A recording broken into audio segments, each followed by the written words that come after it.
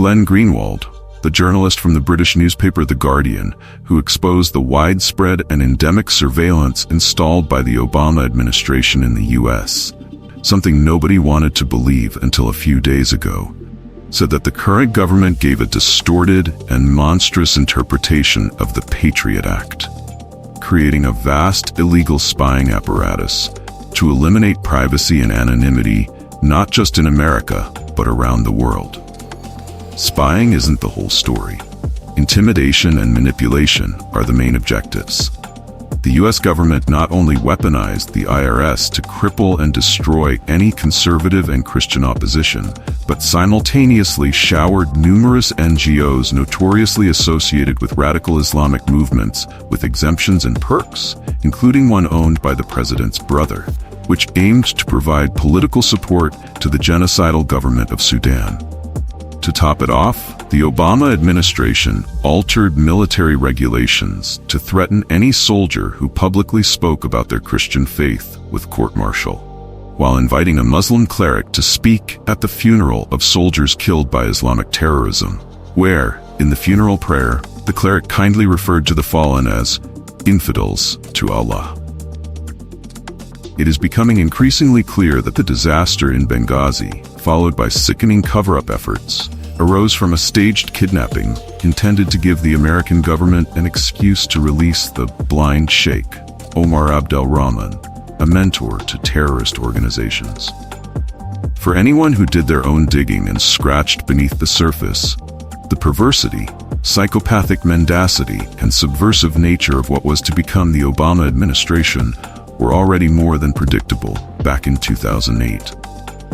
For those who rely on the mainstream media, however, these were invisible, impossible, and unthinkable. The editorial staff of the major newspapers and TV networks in this country, even more so than elsewhere, consists of 10% swindlers and 90% fools who admire them, who slavishly repeat them, and who dream of becoming like them when they grow up. And of those, only 10% actually grow up. They rise to leadership positions and get their personalized columns after successfully crossing the rite of passage that qualifies them to do out of malice what they once did out of sheer stupidity and imitation.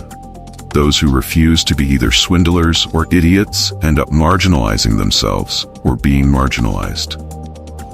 Would the reader be kind enough to point out among the luminaries of Folha de São Paulo, Estadão, and O Globo, a single one who warned you in time that Obama was a four-star totalitarian, a devotee of communism and radical Islam, determined to turn America into a police state, not to go after terrorists, but to go after those who fight them? No, of course not. In fact, they all proclaimed an era of unparalleled beauty, the end of the Dark Ages, the apotheosis of freedom and progress. And now, since they can no longer deny what the whole planet already knows without their help, they are left with no option but to shamelessly blame George W. Bush for everything Obama does. Don't you just want to smack these scoundrels? Do you think any of them feel even a shred of shame? Not at all. They're all disciples of Zadir's show.